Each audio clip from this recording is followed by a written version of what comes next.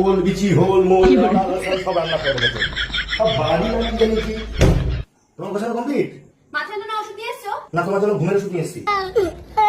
আমি হাত পা ধুয়ে তুমি খেয়ে দাও। আমি আজকে 6 রকমের রান্না করেছি। হয়ে গেছে?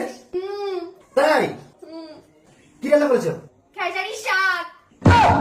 কিসের খেসারি? শোনোনি বাবা জমে নাম? আর 14 পুরুষ শোনানি, আর কি করেছো? 2 নম্বরে বিচি ভর্তা। তা কার বিচি? আরে বাবা কাঁঠালের দানা, কাঁঠালের বিচি।